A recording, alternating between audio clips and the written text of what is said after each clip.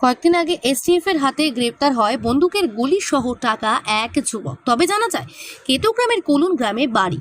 তবে বিভিন্ন জেলা জুড়ে দেখা যাচ্ছে জেলা পুলিশের নাকা চেকিং যাতে কোনো দুষ্কৃতী প্রবেশ না করতে পারে এলাকায়। তবে আজ দেখা গেল সংযুক্ত এলাকায় কেতুগ্রামের বোলপুর রাজ্য সড়কের ওপর চলছে নাকা। পুলিশ সূত্রে জানা গিয়েছে তাদের নাকা চলবে যাতে মানুষের অসুবিধা না হয়।